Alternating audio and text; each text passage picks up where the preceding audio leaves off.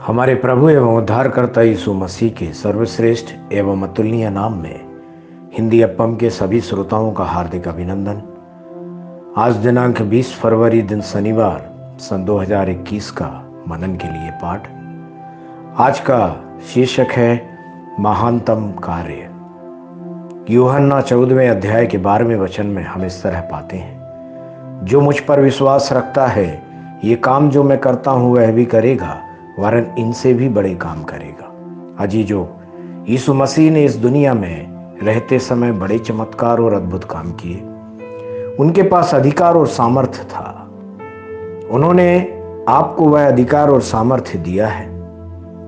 आप स्वर्गदूतों से थोड़े कम हैं और परमेश्वर आपके माध्यम से महान कार्य करने के लिए उत्सुक है। यीशु ने कहा, ये काम जो मैं करता हूं वह भी करेगा, वरन इनसे भी बड़े काम करेगा। यूहन्ना 14वें अध्याय के 12वें वचन में हम ऐसा पाते हैं। यीशु मसीह अधिकार और सामर्थ से भरे थे। यशाया यीशु मसीह के जन्म से कई साल पहले आया था, लेकिन उसने भविष्यवाणी की, यहोवा का आत्मा बुद्धि और समझ का आत्मा, युक्ति और पराक्रम का आत्मा और ज्ञान और यहोवा के भय का आत्मा उस पर ठहरा रहेगा। यशाया 11वें अध्याय के 2 वचन में हम ऐसा देखते हैं। सामर्थ्य का आत्मा यीशु मसीह में वास करता था। परमेश्वर अपने बच्चों को यह आत्मा दान देना चाहते और उनकी इच्छा है कि वे भी उनके द्वारा किए गए कार्यों को करें।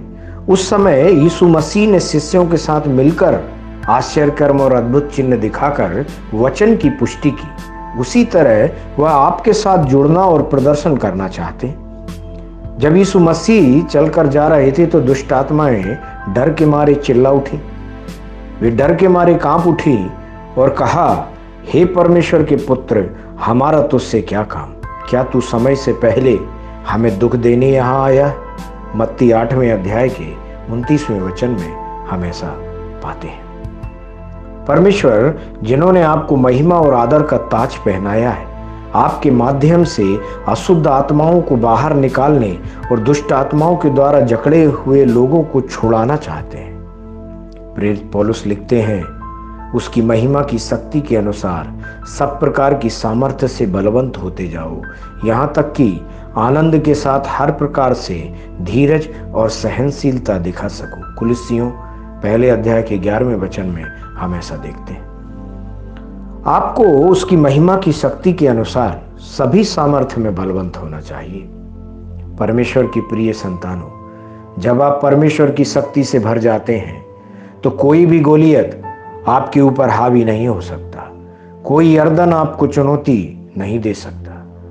कोई भी एरिगो आपके लिए बाधा नहीं बन सकता। यीशु मसीह ने कहा, मैं इस पत्थर पर अपनी कलीसिया बनाऊंगा और अधोलोक के फाटक उस पर प्रबल ना होंगे, और जो कुछ तू पृथ्वी पर बांधेगा वह स्वर्ग में बंधेगा, और जो कुछ तू पृथ्वी पर खोलेगा वह स्वर्ग में खुलेगा। मत्ती रचित सुसमाचार के 16वें अध्याय के 18वें और 19वें वचन में हम ऐसा पाते हैं। ध्यान करने के लिए आज जो वचन है यशाया 54वें अध्याय का 14वां वचन, जहां इस तरह लिखा है, तू धार्मिकता के द्वारा स्थिर होगी, तू अंधेर से बचेगी क्योंकि तुझे डरना ना पड़ेगा, और तू भयभीत होने से बचेगी क्योंकि भय का कारण तेरे पास ना आएगा। परमेश्वर इन वचनों के सुनने पर, पढ़ने पर, मनन करने पर और इनके अनुसार चलने पर आपको आपके जीवन में बहुतायत से आशीष दे। आमीन।